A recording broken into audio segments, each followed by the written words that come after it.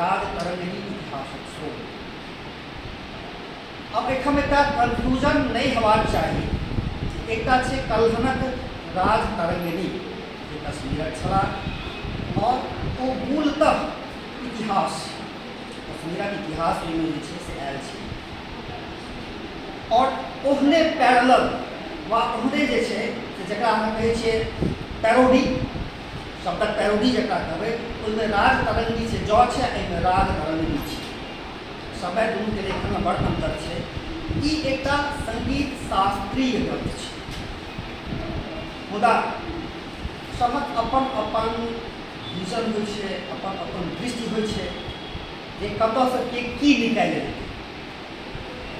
जे हम व्यक्ति रहता हुनका ओहिसँ अपना जोगरक सामग्री निकलि जेतनि। तऽ राजतरंगी एकटा एहन वस्तु छै जे संगीतक वेत्ता छथि ज्ञाता छथि संगीत जिनका प्रिय छनि तिनका लए एकटा ओ आकर ग्रंथ छनि। जे साहित्यक लोक छथि तिनका लए जे छै से ओ बहुत मूल्यवान छनि। तऽ भऽ सकै छै जे एखन धरि जे राजतरंगिणी ओकर मूल्यांकन या संगीत और साहित्य एही दूटा ध्रुवक बीचमे जे छै से एकर होइत रहलैए। एहिमे इतिहासो छै। इतिहास डायरेक्ट नहीं छै प्रत्यक्ष इतिहास लेखन नहीं छै। अप्रत्यक्ष रूपसँ मध्यकालक इतिहास जे छै से ओहिमे गुम्फित छै। ओकरा अहाँके निकालबाक अछि ओकर इंटरप्रिटेशन करबाक छै और इंटरप्रिटेशनसँ जे छै से मध्यकालीन मिथिलाके जे इतिहास छै जाहिमे बहुत रास गैप सब छै जे हमर इतिहासकार लोकनि भेलखिन से जतेक जे भेटलनि ततेक लिखलखिन। ई नहि कही हम ओकर आरोप नहीं लगेबनि मुदा मूलतः जे मिथिलाके आदि इतिहासकार भेला परमेश्वर झा महामोपाध्याय परमेश्वर झा और बुद्ध झा बख्शी तऽ कतहु ने कतहु ई दरभंगा राज संपोषित रहथिन। तऽ जे बहुत गप छलै इतिहासमे जे छै से ओहिबार कालक बाद जे एकटा पीरियड एलैए 1526 के बाद एकटा पीरियड आरम्भ भेलैए ताहिमे बहुत रास एहन तथ्य छै जकरा नुका देल गेलै वा ओकर गलत व्याख्या भेलै।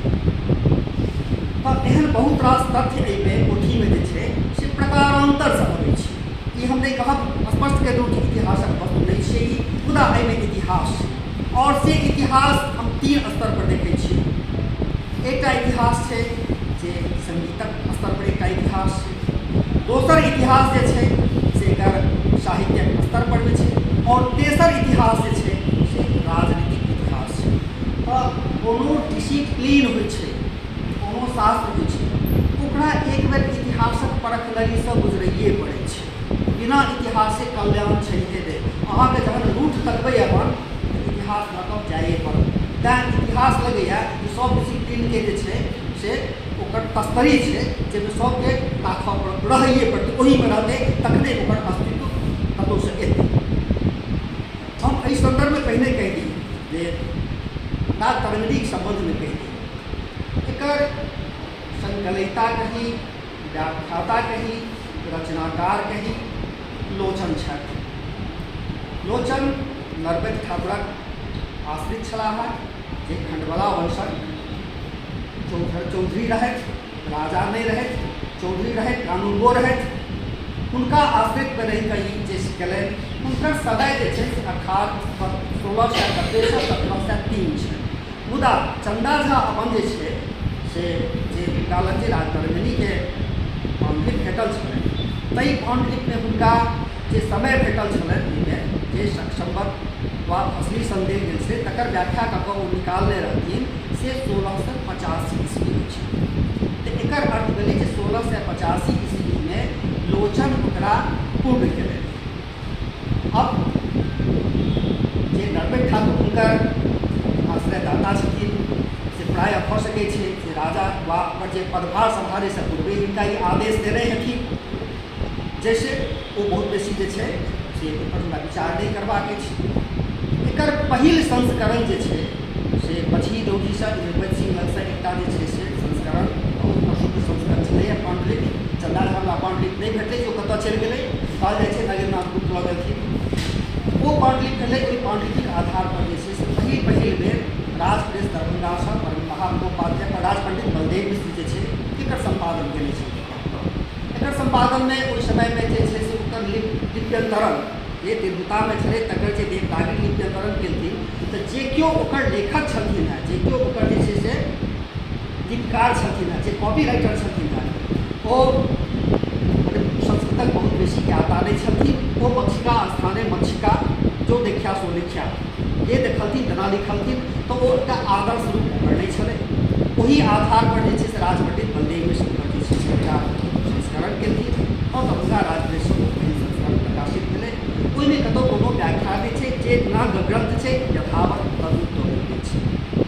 एकर दोसर संस्करण प्रोफेसर रमाना झा 1966 में केलखिन, पटना यूनिवर्सिटीसँ। मुदा दुर्भाग्यवश एकटा अग्निकांड में जे छै ओ स्वाहा भऽ गेलै। प्रायः ओकर एकोटा कॉपीके उत्तोलन बाहर नहि भेलै। एकर जे तेसर संस्करण भेलैए से पंडित डॉक्टर शशिनाथ झा 1981 में केलथि हेँ, और ई संस्करण छै मैथिली अकादमी पटनासँ प्रकाशित भेलै। ई संस्करण जे छै से अर्थ सहित जतेक संस्कृत छै, संस्कृत में कहल गेल छै, तकर सबक जे छै से मैथिली में अनुवाद सहित केने छथिन ओ। और एकटा जे छै से बहुत सुंदर ओकर इंट्रोडक्शन भूमिका छै, और ओहि भूमिकाक संगे जे छै से ई पोथीके जे छै से एडिशन भेलैए, बादे फेर एकर रिप्रिंटसभ सेहो भेलैए। एहि संगीत शास्त्री, पहिने कहलहुँ जे संगीत शास्त्रीय ग्रंथ छै, तऽ एकरा संदर्भमे जे लोचन कहै छथि, मिथिला संगीतक परम्पराक संबंधमे लोचन ई कहै छथि जे विद्यापतिक समय धरि आबि कऽ जे से मार्गी संगीत जकरा कहल जाइ छै, जे देव संगीत भेलै वा गंधर्व सब गबै छलाह, ओ संगीतक अस्तित्व खत्म भऽ गेल छै। तखन तऽ भऽ गेलै देशज संगीत बचि गेलै। तऽ ओहि देशज संगीतके जे छै से एकटा देशी भाष संगे एकटा नवीन रूप देल गेलै, और ओहि नवीन रूपमे जे छै से जे राग भेलै मिथिलामे जतेक 36टा राग भेलै, ओहि 36 रागमे जे छै से रागक संगे कोन बंदिश हेतै, कोन पदक गायन हेतै, तकरा जे छै से एकटा स्वरूप निर्धारित कयल गेलै। तकर एकटा स्वरूप निर्धारित कयल गेलै जे मिथिलामे जे छै से मिथिलाके संगीत जे छै ताहिमे से जतबा राग महत्वपूर्ण छै, ततबा ओकर शब्द सेहो महत्वपूर्ण छै। जँ बसंत हेतै गीत तऽ मात्र बसंत रागेटा नहि हेतै, ओकर जे शब्दावली हेतै, ओकर जे गीत योजना हेतै, ताहूमे बसंतक विवरण वर्णन हेबाक चाही।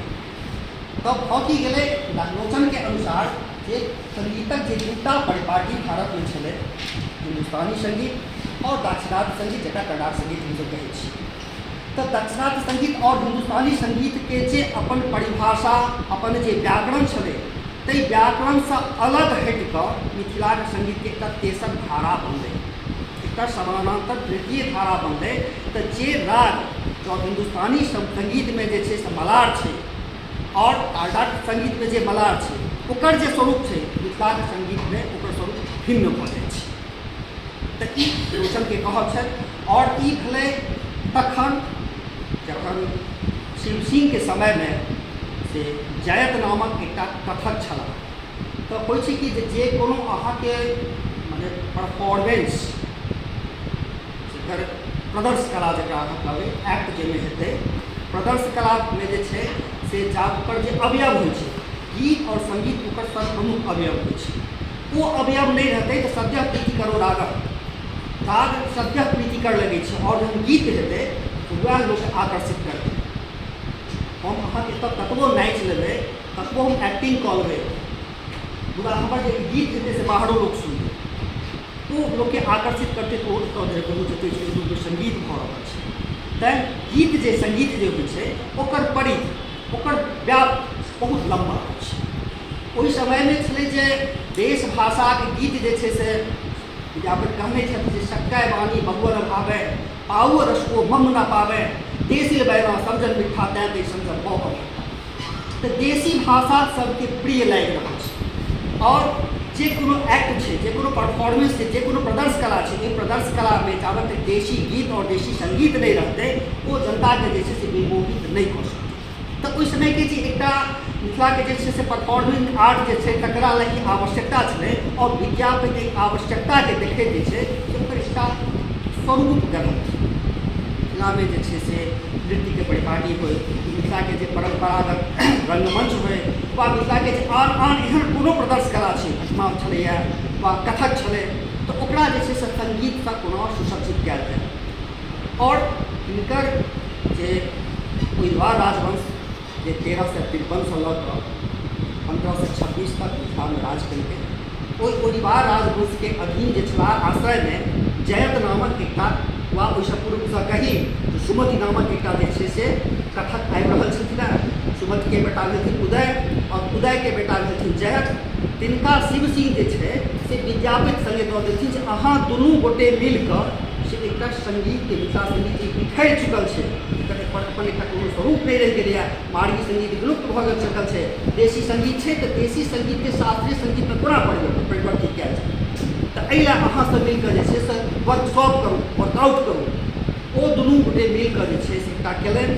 आओर मिथिला सङ्गीत सङ्गे एकटा बड़ा भेलै विशेषता जे ओकरा जे रागके नाम छै, ओहि राग सङ्गे जे छै से ओकर छन्दोके नाम उएह होइ छै, आओर ओहि छन्दमे जे निबद्ध पद हेतै से ओहि रागमे जे छै से सुटेबल, ओ दोसरो ठाम भऽ सकै छै, ओहि छन्द दोसरोमे भऽ सकै छै, मुदा ओ जेना गौड़ीय मालव छै, तऽ जब गौड़ीय मालव राग छै तऽ छन्दोके नाम गौड़ीय मालव छै। तऽ एकर हम एकटा पृष्ठभूमि बात हम अहाँके कहि देलहुँ जे एकरा जे छै से विद्यापति आओर जयत ई दुनू मिलकर एकटा स्वरूप निर्धारित केलखिन। आओर विद्यापति ई मिथिलाके जे नवीन सङ्गीत परिपाटी छलै, एहि परिपाटी लए जे छै से हजारक सङ्ख्यामे पद रचलखिन। आओर एकटा जे छै से एहि क्षेत्रमे हम समस्त पूर्वाञ्चलमे मिथिला, बङ्गाल, आसाम, उड़ीसा, नेपालसँ लऽ कऽ आओर ब्रज आओर दिल्ली धरि ई आन्दोलित कऽ देलकै एकटा जे छै से गीत क्रान्ति। मिथिलासँ जे छै से एकटा जयदेवके बाद जे छै से एकटा गीत क्रान्ति उठलै, और ई जे छै से बहुत लोकके प्रभावित केलकै। जे विद्यापति गीतक जे लोकप्रियता भेलै तऽ बहुत गोटेके इश्तिहार भेलै जे हमहूँ लिखी ओही परिपाटीमे, तऽ एकटा जे छै से स्कूल चलि पड़लै। तऽ लोचनक राग तरङ्गिणीसँ जे होइ छै से ई बात मिथिलाके जे छै से सङ्गीत परम्पराके इतिहास जे छै से सामने आबि रहल छै। दोसर इतिहास जे छै से ओहिमे कहि रहल छथि जे कथक परम्पराके इतिहास। कथक भेलै जे वन एक्ट भाण, जकरा अहाँ जे छै से नाट्यशास्त्रमे भाण कहै छियै, तऽ एकटा व्यक्ति जे होइ छथि से नृत्य, अभिनय आओर सङ्गीत ई तीनूके त्रिवेणी रहै छै। आओर कोनो जे पौराणिक कथानक होइ छै तकरा ओ एकल अभिनय कऽ कऽ प्रस्तुत करै छथि। मिथिलामे ई परिपाटी छलैए। आओर लोचनक अनुसार जयत जे छलाह से सुप्रसिद्ध कथक छलाह। एहिठाम एकटा हम चीज आओर कहि दी जे हमरा जे कथक परम्पराके जे रिकॉर्ड भेट रहल अछि ताहि आधारपर हम दावा कऽ सकै छियै जे एखन जे कथक छै तकर ओरिजिन हमर मिथिलामे छल। ई हमर दावा अछि, किएक तऽ हमरा लिखित प्रमाण अछि। दोसर कहि दी जे भरत ई लोचन कहै छथि जे सुमति जे छलाह से भवभूति नामक एकटा ब्राह्मणक जे पुराणोपम काव्यक रचना कयलनि, आओर ओहि काव्यके आधारपर जे छै ओहि काव्यक जे छै से ओ प्रस्तुति करै छलाह, तैँ ओ कथक छलाह। मुदा जखन हम किछु आगू रिसर्च करै छियै तऽ इतिहाससँ जे बहुत रास छिड़ियाएल तथ्य होइ छै तकरा सबके को रिलेट कयल जाइ छै। तऽ कथक ई जे छलाह जयत तिनका ओ कायस्थ वंशी कहलखिन हेँ। लोचन कहलखिन जे ई कायस्थ वंशी छलाह। आओर हम वर्णरत्नाकर जे कर्णाट कालमे जो त्रिस्वरक जे वर्णरत्नाकर छै तकर द्वितीय कल्लोलमे सर्वावसर छै एकटा, जाहिमे राजाक विराट राजसभा लागल छै। ताहिमे एकटा पद छै, बहुत लोक छथिन ओहिमे, रङ्ग बिरङ्गके विभिन्न कैटेगरीके विभिन्न स्तरके लोकसभ ओहि विराट राजसभामे बैसल छथि।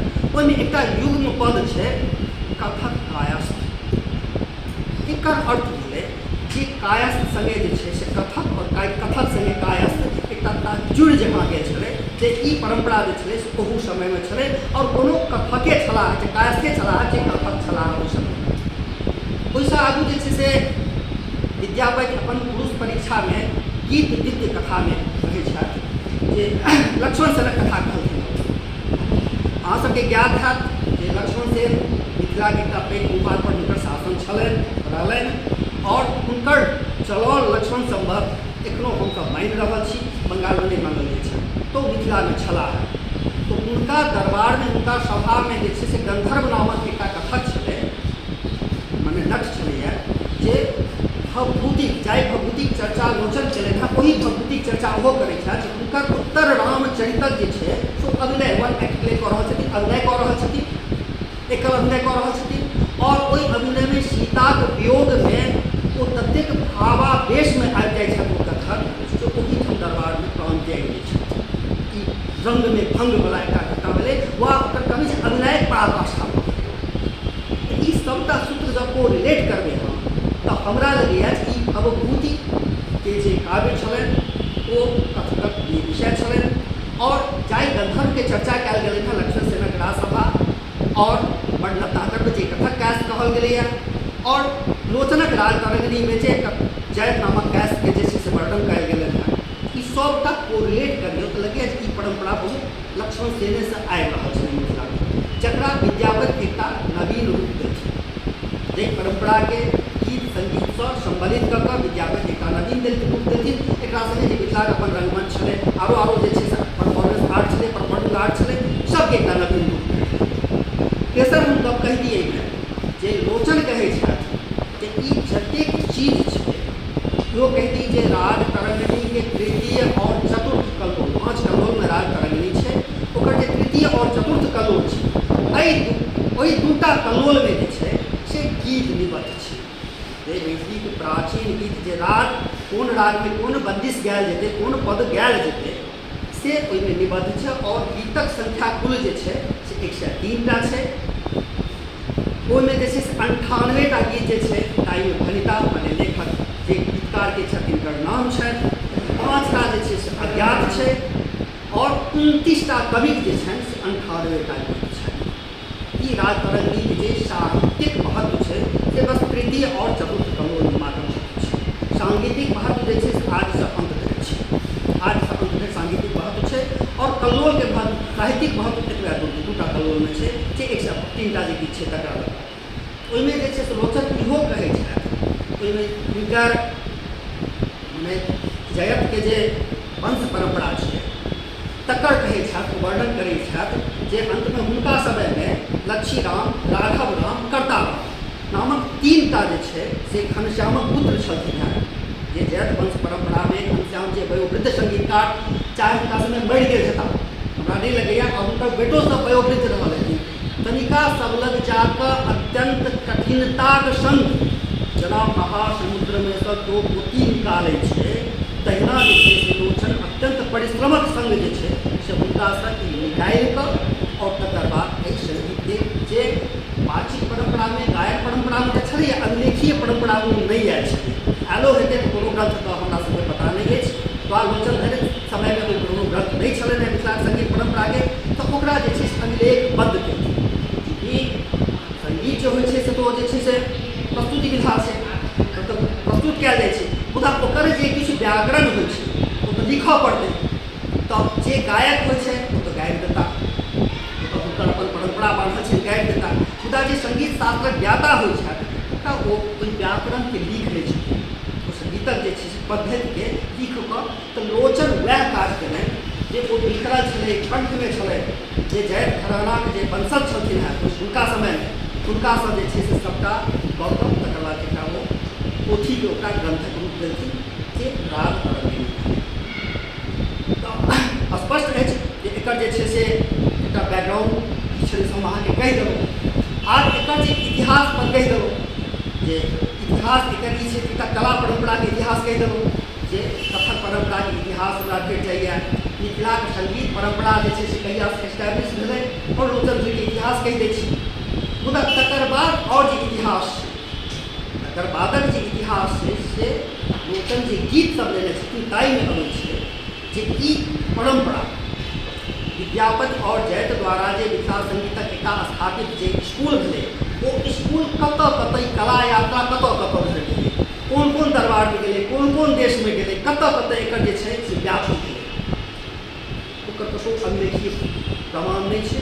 ओकर प्रमाण जे छै इएह राज तरंगिणीके जे गीत छै ताहि गीतके जखन अहाँ विवेचन करबै अहाँके अभिलेखीय प्रमाण रूपमे भेट जायत जे कला यात्रा जे छै ई 400 वर्षक जे कला यात्रा जे छै कतऽ कतऽ कतऽ कतऽ गेलैए। तऽ पहिल जे छै से एकर जे कला यात्रा मतलब एकर जे सांगीतिक इतिहास छै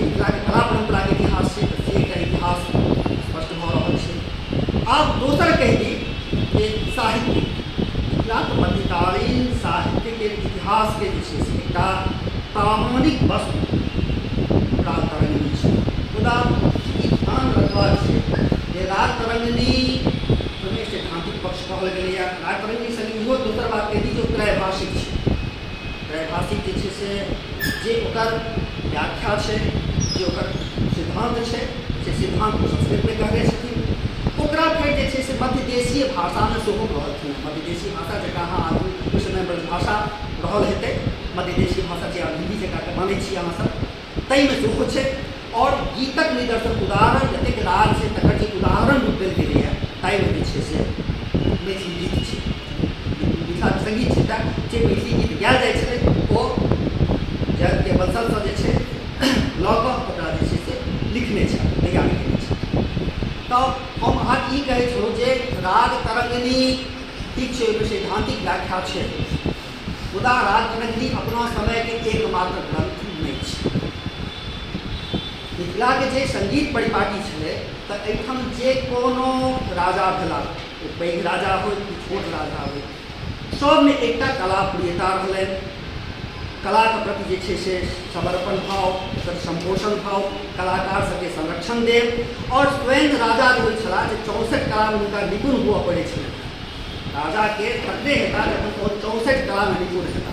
ओहि 64 कलामे जे छै से साहित्य, काव्य, संगीत सबटा छै 64 कला। तऽ राजा जे छै से निपुण होइ छलाह। और राजाके एकटा जे छै से एकटा साहित्यिक सचिव होइ छलखिन।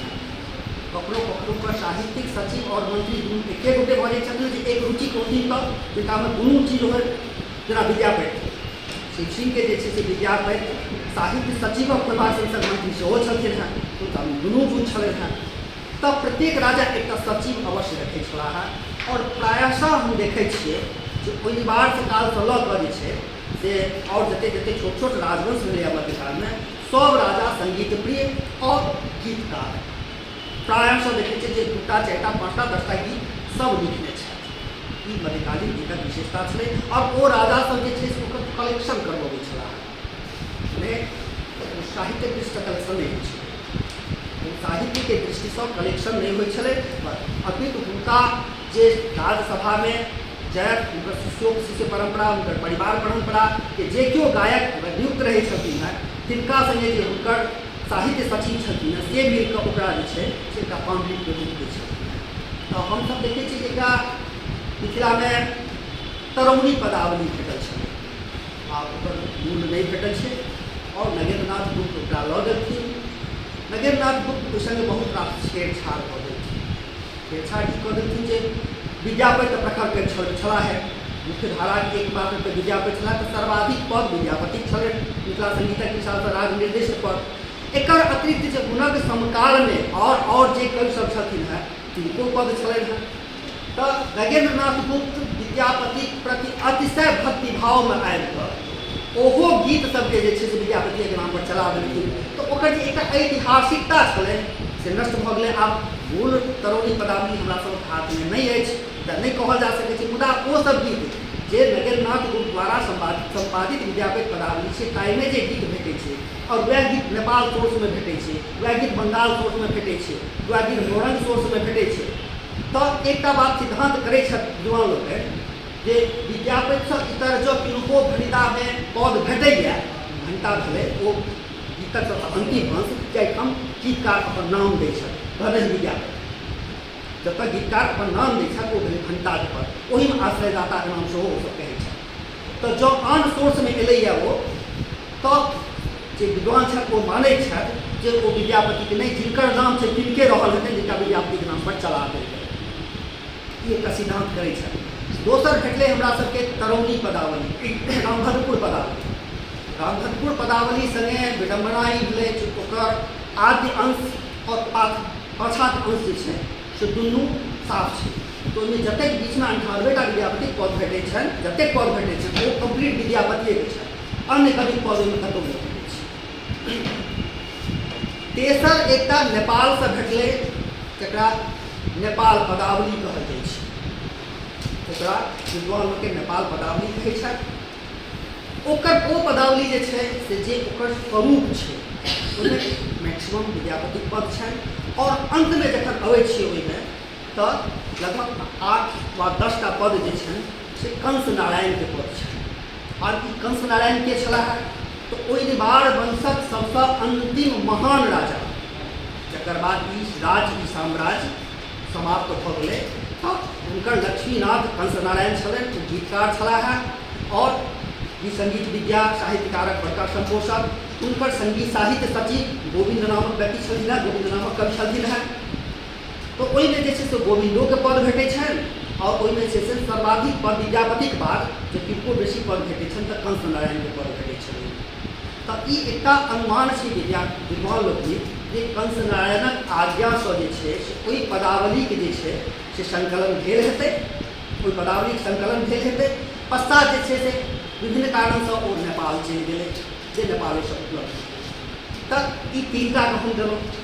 आब हम अहाँके देखाबी कि 1526 ईस्वीमे जखन लक्ष्मीनाथ कंस नारायणके जे छै से पतन भऽ गेलनि, तकर बाद बड़ा स्थितिमे कहि रहल छी, तऽ फेर 17वीं 16वीं शताब्दी जे रहलैए से बड़ा अराजक काल मिथिलामे रहलैए। किया तऽ जे मूल शक्ति छलैए, ओ युवार शक्ति जे छलै से सबके अपनामे एक सूत्र बान्हि कऽ रखने छलै। जतेक छोट छोट जमींदार भेला, परगनाधिपति भेला, भूपति भेला, सामंत भेला, जे ओहि समयके राजकीय व्यवस्था छलै, प्रशासनिक व्यवस्था छलै, ताहिमे सबके ओ समेट कऽ रखने छलाह। एकटा सबल केन्द्र छलैए, व्यवस्थामे जीवै छलाह। मुदा जखन जे छै से हुनकर मृत्यु भऽ गेलै, हुनकर दशरथ शाह संगे युद्धमे हुनकर जे छै से पराजय भेलनि, तकर बाद जे किछु भेलै तऽ एहि वंशक लगभग सत्ताके अंत भऽ गेलै। ई मने सुदृढ़ सत्ताके अंत, सत्ताके अंत नहि, सुदृढ़ सत्ताके अंत भऽ गेलै। तऽ ओ लगभग 16वीं शताब्दी जे छै से एहन कोनो पदावली संगीतक दृष्टिसँ मिथिलामे कलेक्शन भेल होय से नहि देखा जाइ छै। आब हम पुनः आबी 17वीं शताब्दी। 17वीं शताब्दी धरि आबि कऽ मिथिलाके जे छै से स्थिति परिस्थिति बहुत किछु बदलि गेल छलैए। ओहि समयमे आबि कऽ जे छै मिथिला बहुत बदलि गेल छलैए। तऽ ओहि समयमे एकटा पद भेटै छै नाना राग गीतम। ओहिसँ पहिने अहाँके कहि दी एकटा जे छै से भाषा गीत संग्रह भेटै छै, जकरा जयकान्त बाबू हमवश ओकरा जे छै से कंस नारायण पदावली कहि दै छै। वस्तुतः कंस नारायण पदावली नहि छै, ओहिमे अधिकांश विद्यापति गीत छनि। तकर बाद अतिरिक्त जे छै से बहुत रास कवि 1, 2, 5, 7, 10 पद छनि, कंस नारायणके सेहो छनि। मुदा कंस नारायणसँ 100 वर्षक बाद जे नेपालक ललितपुरमे सिद्धि नरसिंह मल्ल नामक जे राजा भेल छलाह, तिनकर 8 टा पद छनि। तऽ एहि आधार पर अनुमान कयल जे सबसँ लेटेस्ट जिनकर गीत हेतनि तही समयमे भेल हेतै, जिनकर सबसँ लेटेस्ट गीत ओहिमे भेटतनि तही समयमे। तऽ विद्वान लोकनिक अनुमान छै जे भाषा गीत संग्रहक जे छै से संकलन से सिद्धि नरसिंह मल्लक आज्ञासँ भेल छलनि। और हुनकर जे छै साहित्य सचिव छलखिन चतुर्भुज। तकर बाद भेलै एकटा जे मिथिलाके तराई भाग छै, नेपाल और मिथिलाके बीचमे जे एखन नेपाली मिथिला अहाँ कहै छियै, ओहि तराई पट्टीमे जे छै से सेन वंशक शासन छलैए। और सेन वंश सेहो मिथिलाके साहित्य संगीत संपोषक और ओतऽके राजा सेहो स्वयं गीतकार होइ छलाह। तऽ ओहि समयमे सबसँ बेसी प्रतापी राजा भेला हरिहर देव सेन। हुनकर आज्ञासँ जे छै से एकटा राग गीत नाना राग गीतम नामक जे छै से एकटा संग्रह आयल छै, जाहिमे हुनकर अपनो पद छनि, विद्यापतियोके पद छनि। और विद्यापतिक परम्पराक अनेक जे छै से गेय पद सब छै, जाहिमे सब राग निर्दिष्ट छै, रागक निर्देशन संगे जे छै से सब भेल छै। तऽ ई राग तरंगिणी जे 1685 ईस्वीमे जकर संकलन भेलै, ताहि संकलनसँ पूर्व एहि प्रकारक अनेक संकलन भऽ चुकल छलैए। और इहो कहि दी जे जखन मिथिलामे जे छै से ओजबार वंशक सत्ता समाप्त भेलैए, तब सत्ता संघर्ष भेलैए। बहुत रास सत्ता संघर्ष, बहुत रास जे छोट छोट जतेक छलाह सामंत जमींदार सब अपनाके स्वतंत्र देखबऽ लगलखिन। और ओहि समयमे जे छै से खण्डवला वंशक एहिठाम जे छै से आगमन भेलैए। खण्डवला वंशवला अपनाके कहै छथिन हम राजा छी, विद्वताके नाम पर भेट गेल, एकटा अलग विषय छै, कि नाम पर केना भेटलै नहि भेटलै। मुदा महेश ठाकुरके बेटा गोपाल ठाकुर जे छै से प्रायः पहिल हुनका मुगल सरकार दिससँ जे छै मुगल सत्ता दिससँ से कानून गोई और चौधराइ भेटलनि, रजाइ नहि भेटल छलै। तो स्पष्ट कहल गेल छै जे रजाइ जे रहतै से ओहि बार जे छै सएहटा रहता। वो प्रतीकात्मक राजा रहता, हुनकर जे छै से किछु बहाल हुनका हेड पुलिसमे रहतनि, और अहाँ जे छै से हुनका बिहाफमे जे छै से सबसँ टैक्स वसूली और कानून व्यवस्थाके संधारण ई करबाके चाही। तब खण्डवला वंश जे छै से राजा नहि छलै, कानूनो छलै, चौधरी छलै। तऽ जखन देखल जाइ छै जे खण्डवला वंशसँ पूर्व एहि प्रकारक अनेक काज भऽ चुकल छै, पदक संकलन भेल छै, मिथिला संगीतके संकलन भेल छै। खण्डवला वंशके जखन चलि रहल छलैए ताहि समयमे जे छै से मिथिला संगीतक तराई मिथिलामे, सुदूर जे छै से नेपाल उपत्यकामे मल्लवंशक शासनमे एहि प्रकारक अनेक पद सभक संकलन भऽ रहल छै। तखन जाकऽ जे छै से मिथिलामे जे चौधरी छलाह तिनको अंतःचक्षु खुजलै जे नहि, हमरो सबके ई काज करऽ चाही।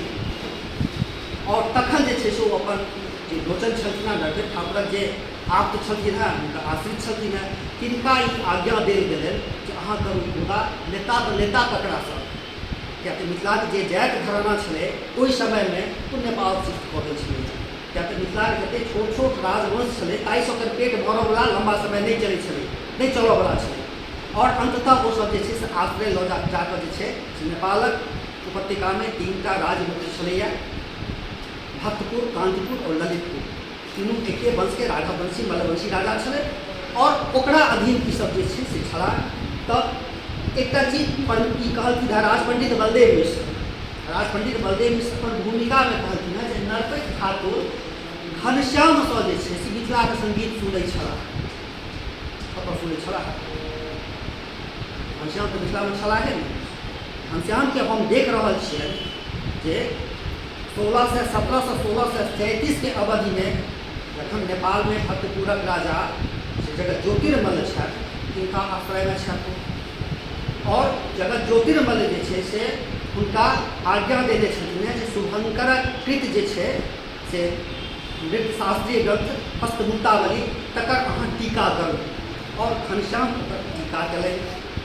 तकर बाद घनश्यामके देखल जाइ छथि जो फेर ललितपुरमे छथि। तो मतलब नेपाल उपत्यकाके जे राज्य छै तहीठाम ओ आश्रय, चूँकि गुणी गवैया छलाह, सौठन छलनि हेँ और नेपालक राजासभ जे छै से मिथिला संगीतक प्रति बहुत बेसी समर्पित, मिथिला संगीतके कोना संरक्षण हुआ और मिथिला संगीतके परिपाटी में गीत रचना कोना हुआ, मिथिलासँ बहुत आगू छल। तो विद्यापतिके बाद जो गीत रचना कतहु सबसँ बेसी भेलै तो नेपालमे। और ओहिनवार वंशक बाद जे मिथिला पीरियड छै तऽ शून्य पीरियड जकाँ रहलै, पीरियडमे अहाँके जे छै से नहि भेटत। तब घनश्याम तो ओहिठाम छलाह। तब परमेश्वर की राज पंडित बलदेव मिश्र जे पहिल एडिशन के संपादक छथि, ई हुनकर एकटा भ्रम छै जे नरपति ठाकुर घनश्यामक संगीत सुनै छलाह। घनश्याम तो ओहि समयमे रहबे नहि करै, बल्कि घनश्यामक बेटा जे छै लच्छीराम, राघवराम और दत्ताराम, लच्छीराम और राघवराम सेहो दुनू गोटे मिलकर नेपालके जे राजा छथिन तिनका आदेशसँ लच्छी राघव नामक एकटा संगीत ग्रंथ लिखलनि। नेपालक जे छै से भक्तपुरक राजा जगत ज्योतिर्मल्ल और हुनक साहित्य सचिव रहथिन वंशमन उपाध्याय, ई सब मिलकर जे छै से अनेक संगीत, मिथिला संगीतमे अनेक ग्रंथक रचना केलनि। ई सब ओहिठाम तऽ होइत रहलै। मिथिलामे जेना मिथिला संगीतक परंपरा उपटि गेल छलै, गायनमे रहल हेतै, अभिलेखमे थोड़ीक रूपमे ओ कतहु नहि रहि गेल छलै। तऽ 1685 में ई सबसँ अंतिम संकलन छै। राग तरंगिणी जे छै से एहिमे सबसँ अंतिम संकलन छै। और एकर बाद 18वीं शताब्दी में प्राय तकर बाद जे छै से 1703 ईस्वी में राघव ठाकुर राजा भेला है। और हुनका 1703 के बाद जे छै से जहन औरंगजेब 1707 में मरि गेलैए, तकर बाद हुनका रजाई भेटलै है। राजवंश हिनकर ओतऽसँ प्रारंभ भेलनि, एहिसँ पूर्व ई राजा नहि छला है। तऽ हमरा लगैए जे प्रायः जे उस समयके जे विद्वान हेता वा गुणी गवैया हेता तिनका इहो भेटी होइत हेतै जे हमसभ तऽ राज्याश्रयमे रहलहुँ, एक कानून गो चौधरीके आश्रयमे की रहब। वा हिनका ई दोसर दिस हम इहो कहि सकै छी जे खण्डवला वंशके जे छै से एकटा प्रतिद्वंदिता, एकटा विद्वेषक भाव परिवार संगे रहलनि, एकटा भयंकर विद्वेषके भाव परिवार संगे रहलनि। जो से नहीं रहते, जो कहे छथिन जे विद्याके बल पर राज्य प्राप्त कलहुँ तो विद्याके संरक्षण दितथिन ने। चाहे विद्यापतिके कुल परम्परासँ जे छै कर्णाट कालसँ लऽ कऽ जे छै से परिवार कालसँ कोई परम्पराके विद्वान सब जे छै से विषयवार विष्णु पर वंशज जे छै से अबैत रहला, ओहि वंश कतऽ चलि गेलै, किया ने ओकरा संरक्षण देलकै, किया ने आश्रय देलकै। तऽ एकर अर्थ ई बुझा रहल अइ हमरा जे पूर्व जे अधिकारी छलखिन, पूर्व जे राज्याधिकारी छलखिन, पूर्व जे राजवंश छलै, ताहि राजवंशसँ सम्पृक्त जे केओ होइत तिनका जे छै दुखक माछी जकाँ खण्डवलासँ निकालि देलखिन। तऽ ओ सब जे छै से एकाएक ओकरा बराबर समानांतर रेखा खिंचबाक इच्छा प्रयास केलखिन, मुदा जे छै से जे ओकर गरिमा छै, जे ओकर व्याप्ति छै, जे ओकर व्यापकता छै, से व्यापकता खण्डवला कालमे नहि भऽ सकलै। बोल भने पीट युद्ध केलनि, बहुत रास युद्ध केलनि, सब बात कही, मुदा जतऽ तक जे छै विज्ञान संरक्षण, साहित्यक संरक्षण छै, से हिनका ओते जे छै से कोई पीरियड नहि भेलै। ई तऽ सब अंतमे जाकऽ फुरेलनि जे तखन देखलखिन जे इहो वंश खत्म भऽ जेतै, जे इहो बुढ़वासँ मरि जेतै, ओहो लिखनाहार हमरा नहि रहत, ओहो कहनाहार नहि रहत। हम 1685 ईस्वीमे जे छै से बड़ा कठिनतासँ जेना तेना ताकि कऽ तऽ नेपालमे तऽ नेपाल जाकऽ करऽ पड़ल हेतै लिखा। आब एकटा चीज आओर अहाँ देखिए, एहिमे जे 103टा गीत छै, ओहिमे 98टा गीत जे छै से 98टा गीत छै, ओहि हिसाबसँ एकरा आओर व्यापक हेबाक चाही छै। तऽ चाहे तऽ भऽ सकै छै जे जिनकासँ जाहि कंठ परम्परासँ चाहे जे घरानाके जे वंशज छलखिन हेँ तिनकासँ लगभग अत्यंत वृद्ध भऽ गेल हेताह, बहुत स्मरणमे नहि रहि गेल हेतनि, किया तऽ जे गबैयासभ होइ छै ओ स्मरणेसँ सबकिछु कहै छै, सबकिछु स्मरणेसँ कहै छलैए, तऽ स्मरणमे नहि रहि गेल हेतनि, वा तिनका संगे ई बात भेल हेतनि तकर गीत ली आओर तकर गीत नहि ली। जेना आइ काल्हि होइ छै ने साहित्यमे, जब कोनो प्रतिष्ठानसँ कविता संग्रह छपऽ लगै छै तऽ जिनका संपादनके भार भेट जाइ छनि ओकरा छाँटि दिए एकर लऽ दिए, खूब होइ छै। फल्लाँ बाबूके कथा नहि लेबै ने, फल्लाँ जे छै एकेटा कथा लिखले, एकेटा लिखले से ओहिमे गेलै। ई जे एकटा विद्वेष भाव होइ छै, कतहु कोनो एकटा राजकीय प्रतिद्वंदिता होइ छै, से हम अहाँके देखा देब जे राजकीय प्रतिद्वंदिता कोना छै।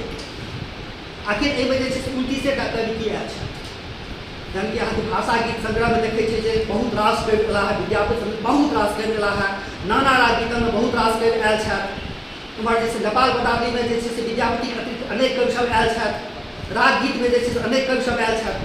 तऽ हिनकामे कविक संख्या किया कम छै? ओहिमे एकटा इहो बात जे जतेक कवि छथिन एहिमे एकोटाके भनितामे आश्रयदातामे खण्डवला वंशके नाम नहि छै, अर्थ छै स्पष्ट अर्थ छै, जिनका अस्तित्व रहबे नहि करथिन, ककरो आश्रय देबे नहि करथिन, सबके छटिए नहि रहलखिन, तऽ के हिनका प्रशस्तिमे गीत लिखतनि। और प्रशस्त एहिठाम कहबाक तात्पर्य जे होइ छै कि जखन कोनो गबैया आबै छै, गायक अबै छै, तऽ सब जे कोनो गीतकार होइ छै स्नेहा होइ छै हमरो गीत गबैया, सामान्य मानवीय एकटा जे छै से छै।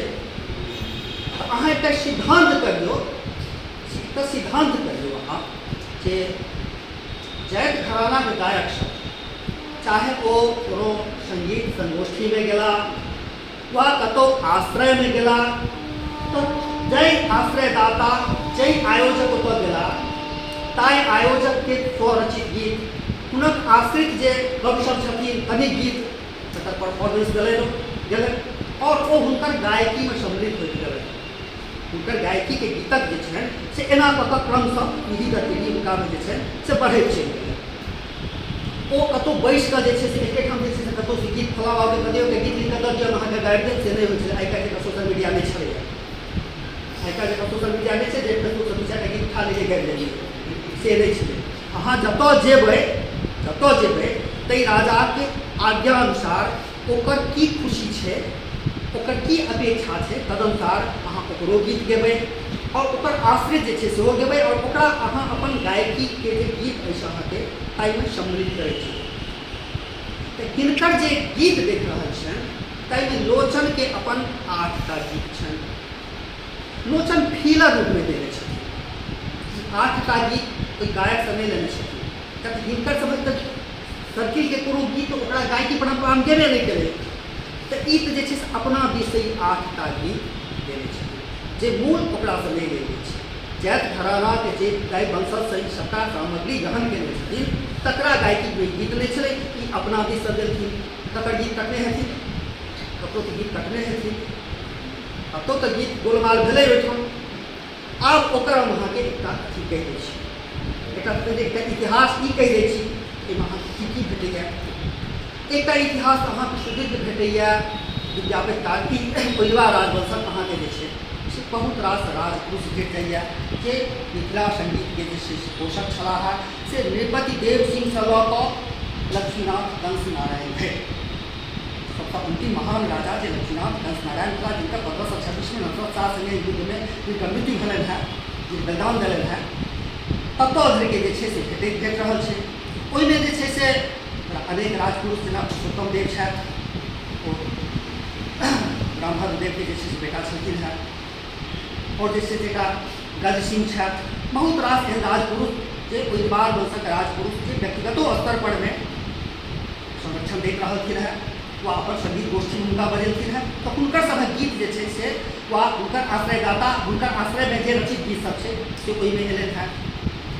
एकटा गीत छै ओहिमे, जखन मधुरिक भवन आओ, एतबा कहि कऽ जे छै से लोचन आगू बढ़ि गेल, पूरा पद नहीं देते, वो पूरा पद कतौ नहीं देते। तब की गीत कतौ छलै, किनकरो गीत छलै, सेहो कोनो टिप्पणी नहीं देलखिन हेँ। तब आर साल में एकटा रिसर्च में जे छै से धीरमती नामक एकटा कवित्री, मध्यकालीन कवित्री से आविष्करण भेलनि हेँ। हुनकर बहुत रास पद सब एलनि हेँ सामने, और ताहि में जे छै से एकटा गीतक स्टार्ट जे हुनकर भऽ रहल छनि, जखन मधुरिक भवन आओ तखन धनिकर साज रे, ई पद हुनकर एलनि हेँ। और अंतिम में छनि, नृप नरसिंह रस नागर रे जन पाओल कंते। एकर अर्थ छै कि ओ गीत धीरमती के छलनि, और नरसिंह देव छलाह है, रामभद्र सिंह के पिता छलखिन नरसिंह देव, जिनकर कंदाहा में सूर्य मंदिर छनि। कंदाहा अभिलेख जे छै से नरसिंह देव के सूर्य मंदिर में अभिलेख नरसिंह देव छै।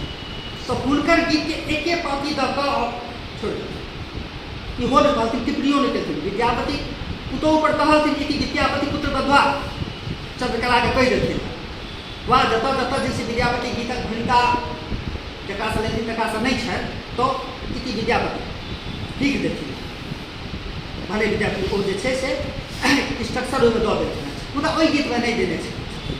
तऽ ई भेलै जे ओहिबार राजवंशके जे महिला सब छली है, सेहो संगीत कला में जे छै से निपुण छली है, गीत रचना में निपुण छली है।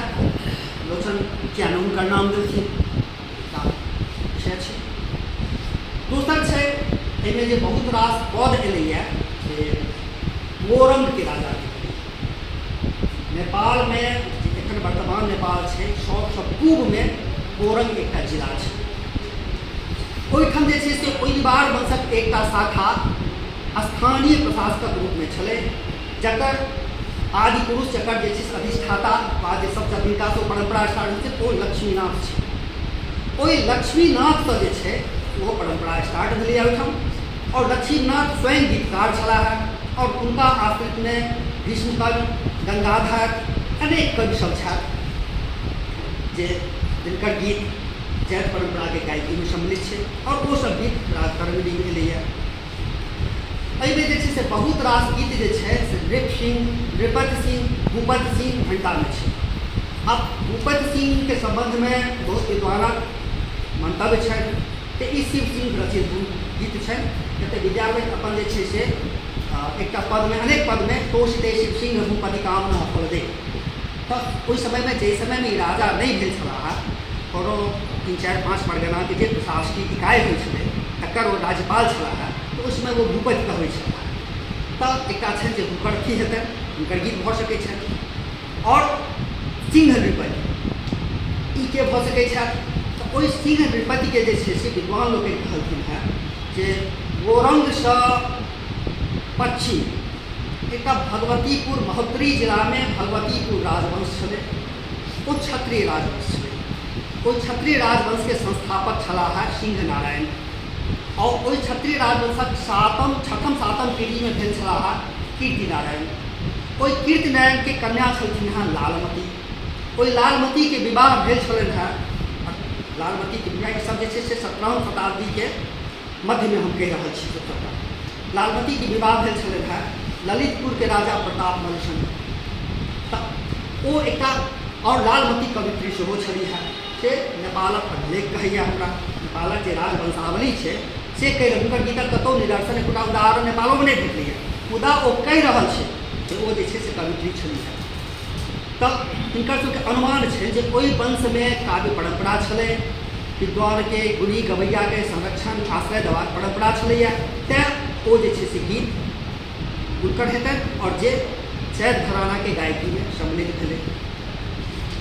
आब एहि सब तरहे जे छै से बहुत रास एकटा जे छै से एहिमे लाहा देवल देवी लखनचंद राजा, ओ लखनचंद राजा जे छथि से गीतकारो छथि आओर कविके जे छै से संपोषक सेहो छथि। हुनका जे अधीन कवि छथि श्याम सुंदर नामक कवि छथिन से अपन भणितामे लखनचंद राजाके नाम दै छथिन।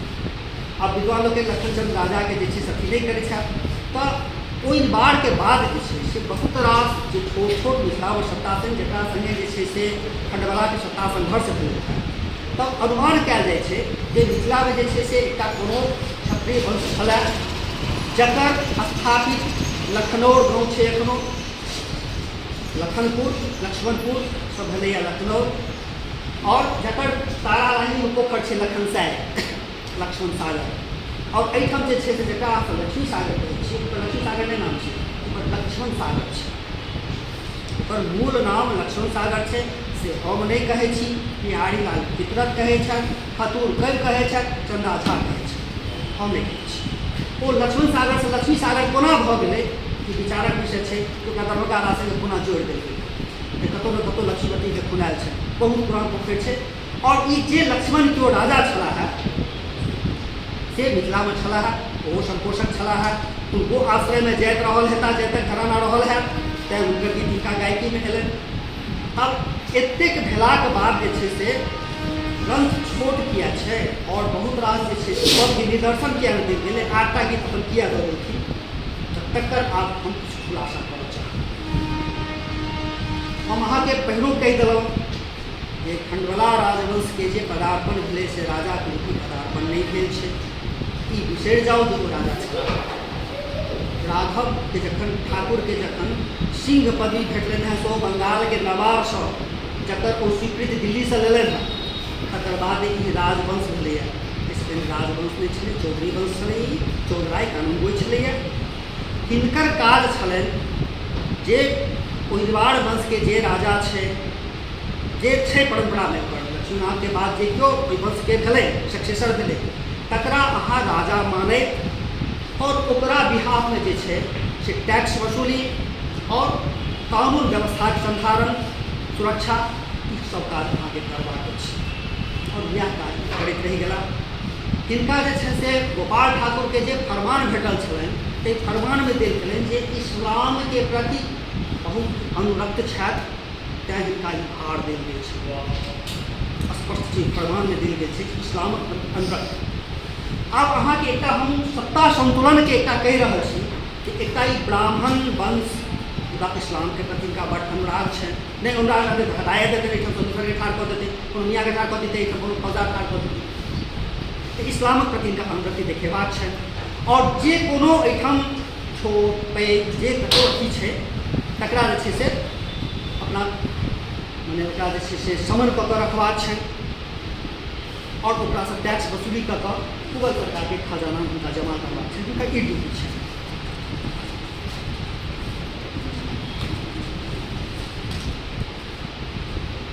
अब हिनकर जे छै से जे छोट छोट स्तर पर परगनाधिपति छोट छोट जमींदार छलै तकर तऽ ई शमन कऽ लेलनि, जे बहुत रास ओहि वंशके अनेक शाखा सब जे छलै जे अपनाके स्वतंत्र बना लेने छलै, हिनका नहि गुदानै छलनि, तकरो शमन केलनि।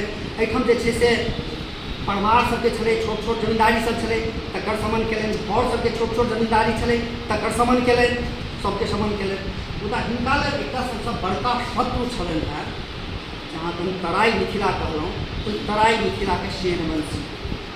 ओ सेनवंशी मैथिली भाषा साहित्यक बड्ड पैघ संपोषक और हिन्दूपति कहबै छलै।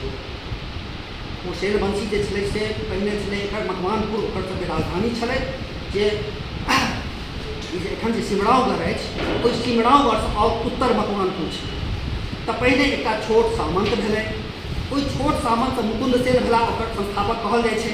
ओ मुकुंद सेन अपन जे छै से प्रभाव विस्तार करैत जे शिवरामगढ़मे जे केओ ओहिवार वंशक छलाह, जे ओहिठाम शिवराजगढ़ कहल जा लगै छलैए, ओहिठामसँ हुनका भगाए ओकर कब्जा केलनि। 26टा बहाल छलै ओकरा अथीमे, शिवरामगढ़के अथीमे, जे ओहिवार वंशी सक्सेसर ओहिठाम छलैए तकर ओकरा हटेलनि।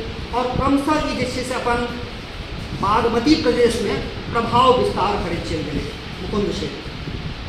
और मुकुंद सेनके जे छै से प्रपौत्र भेलै लोहांग सेन। ई बड्ड पैघ योद्धा छलै। ई जे छै से अहाँके एखन मोरंग राजवंशके हम चर्चा केलहुँ जे मोरंगमे छलै, ओकर 1600 ईस्वी धरि ओकर समय छै। लक्ष्मण सेनके अंतिम समय 1600, तऽ एकर ओ जे छै से मोरंग पर कब्जा कऽ कऽ ओहिठामसँ ओहिनिवार राजवंश जे छलै तकरा पदच्युत कऽ देलकै। मोरंग पर ओकर कब्जा भऽ गेलै। ओकर तब कोशी प्रदेशमे सँ लऽ कऽ बागमती प्रदेश धरि, मतलब बागमती प्रदेशसँ कोशी प्रदेश छै, पूर्वसँ लऽ कऽ पश्चिम धरि एकटा जे छै से लम्बा पट्टीमे जे छै से ओकर से राज विकसित होइत चलि गेलै। और ओ जे छै से एम्हर जे तिरहुतक और जे नीचा इलाका छै तहूमे समय समय पर जे छै से धावा दऽ कऽ अपन बढ़ा लै छलै। जिनका नादगम केने रहै छलै, खंडवला वंशके नादगम केने रहै छलनि हेँ, हिनका टैक्स नहि दै छलनि हेँ और लगातार हिनका सबके ओकरासँ युद्ध होइ छलै। ई तऽ मुसलमानके बिहाफमे जाइ छलखिन हेँ, तऽ ओ सब जे छै से मुसलमानके खेहारि कऽ भगा दै छलै। और ताहि अथीमे जे छै से हिन्दू सुल्तान और हिन्दूपत ओकरा सबके ई कौलिक उपाधि भऽ गेल छलै। शेरवंशी सबके जे उत्तरी मिथिलामे जे छै से जकर साम्राज्य छै ओ हिनका गुलाम नहि दै छलै। और ओही शेर वंशमे अहाँके खिलाफ जे हरिहर सेनके हम चर्चा केने रहौँ पूर्वमे, जिनका आज्ञा से एकटा जे छै से राजगीतमके संग्रह भेल छलैए, ओ हरिहर सेन हुनके आश्रयमे उमापति छलाह। हुनके आश्रयमे उमापति जे पार्यधरण नाटकक रचना केने छलाह, देवनाथ नामक कवि छलाह और बहुत रास कवि छलाह। और वो स्वयं गीतकार छलाह। हुनकर पिता राघव सेन सेहो गीतकार छलखिन हेँ, जिनकर पद पदावली भेटैत छै। ओ जे छै से उमापतिके जे आजादहरण नाटक छै ताहिमे 2टा मंगल श्लोक छै।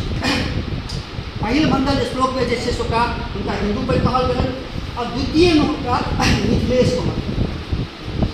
एकर अर्थ भेलै, हमरा बहुत विद्वान कहै छथिन जो प्रक्षिप्त छै, पूरा हम सही मानै छी, जो ओ मिथिलेश हेबाक दावा केलकै, ओ मिथिलेश हेबाक दावा केलकै, किएक ओकर स्वतंत्र सत्ता छलैए और मिथिलाके एकटा पैघ भूभाग पर प्रशासन छलैए, जे नेपालक उत्तरी पहाड़ी इलाका छलै ततऽसँ लऽ कऽ और मैदान क्षेत्रमे क्रमशः जे छै से ओ उत्तर दिस बढ़ल चलल छै, दक्षिण दिस बढ़ल जाइ छलै। उम्हर पूर्वो बढ़लै, एम्हर गोरखपुर तक चलि गेलै, उम्हर पश्चिममे गोरखपुर तक चलि गेलै, और एम्हर मोरंग और पूर्णियामे जे छै से पूर्णियाके जे उस समयमे नवाब फौजदार छलै तकरा पराजित कऽ कऽ गोन्दवारा धरि जे छै से ओ अपन सत्ता स्थापित कऽ देलकै। और ओकरा जे छै से हिन्दू पर उपाधि छलैए, हिन्दू जनता ओकर अथी छलैए। ओकर संघर्ष छलै खंडवला वंश। खंडवला वंशके जे छै से मुगल दिससँ स्थापित कयल छलाह। आब ओ सब जे छै से एहि खंडवला वंशके जे छै से पैरेलल एकर शक्तिके बराबर एकर शक्ति संतुलन केना केलनि से अहाँके एकटा बड़ा रोचक लागत। जे हम अहाँके एकटा लालमतीके एखन चर्चा केने छलहुँ हेँ, सब 17वीं शताब्दीके जे छै से मध्यकालक गप छै। लालमतीके विवाह जे छै से प्रताप मल्ल जे छै से ललितपुरक प्रताप मल्लसँ भेल छलनि हेँ। और ओहि प्रताप मल्लके 2टा और पत्नी छलखिन हेँ, जे मोरंगसँ कूच बिहार छलै स्टेट, ओहो कूच बिहार छलाह। ओ कूच बिहारके जे राजा छलाह से अनाथ छलाह। ओ छात्र धर्म ग्रहण केलनि और तकर बाद जे छै से छात्र धर्म ग्रहण केलाक बाद अपन जे ओहि समयके परम्परा छलै जे राजा जे छै से अपना ओ विष्णु अवतार छियै, ओकरा नाम से नारायण रखै गेलै।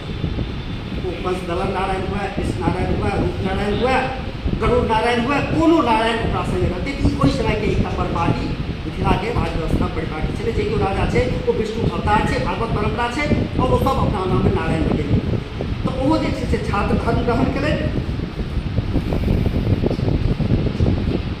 तो कूच बिहारके राजा छलाह वीर नारायण। हुनकर 2टा बेटीके विवाह ओही प्रताप मल्लसँ छलनि हेँ, जे प्रताप मल्लके एकटा विवाह भगवतीपुर जिलाक भगवतीपुर राजवंशक कीर्तिनारायणक बेटी लालवती से भेल छल। और ओहि वीर नारायण के एकटा बेटी के बियाह हरिहर देव जे छलाह शेरवंशी तिनका से भेल छल।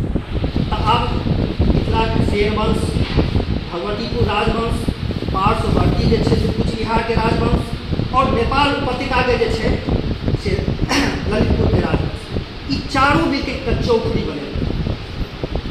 ई चारू मिलकर चौकड़ी बनेलकै और खंडवला वंश जखन जखन आक्रमण करे चारू मिलकर इनका जवाब थगेल के भीतर कहे न छथिन, हमहूँ लिख देलिए, कहे न छथिन जे तलवार के बल पर हमने युद्ध में राज किया। अहाँ इतिहास नहीं ढंग से पढ़लिए तलवार के बल पर केहन तलवार निकले छै हम नहीं छियै, पढ़बै तऽ सब बुझबै केहन तलवार निकले छलै। तऽ एकरा संगे खंडवला वंश के प्रतिद्वंदिता छलनि, कियाकि सब जतेक क्षत्रिय शक्ति छलै ओ हिंदू संस्कृति, धर्म, साहित्य के बड़का संरक्षक छलै और ई छलाह लठैत मात्र। कहै में हमरा कोनो नहीं अछि, हम दूटा उदाहरण दै छी, दूटा उदाहरण दै छी। अहाँ सब सुनने हेबै जे महेश ठाकुर के शिष्य छलखिन है राय रघुनंदन, जिनका प्रतापे जे छै से हिनका राज भेटल छै। राय रघुनंदन के बेटा छथिन चतुर्भुज। चतुर ओ पहिने छलाह है जौ से बात रहते जिनके शिष्य के बेटा रहथिन ने, खंडवला वंश के महेश ठाकुर शिष्य के बेटा रहथिन ने, आदरपूर्वक एक करथिन अपना तो आदरपूर्वक एक करथिन ने, जिनका तो नहीं रहथिन ओ रहथिन सेन वंश के जे हरिहर देव छथि तिनकर जे छै से सचिव रहथिन साहित्य सचिव चतुर्भुज। और तकर बाद ओ चलि गेला है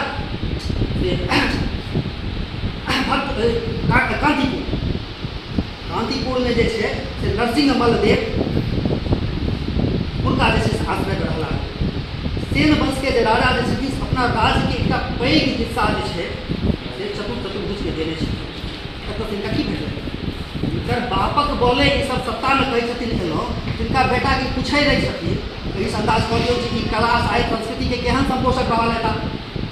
दोसर एकटा उदाहरण दै छी, औरंग राजवंश में औरंग राजवंशक अंतर्गत जे छै एकटा कवि मिथिला है गंगाधर, गंगाधर कवि हिंदू साहित्य का इतिहास एक फ्रेंच पोथी है, ताई में देल गेल छै जे अबुल फजल 4टा ब्राह्मण के से ट्रांसलेटर के रूप में रखने ओहिमे एकटा महेश ठाकुर और दोसर छलाह गंगाधर।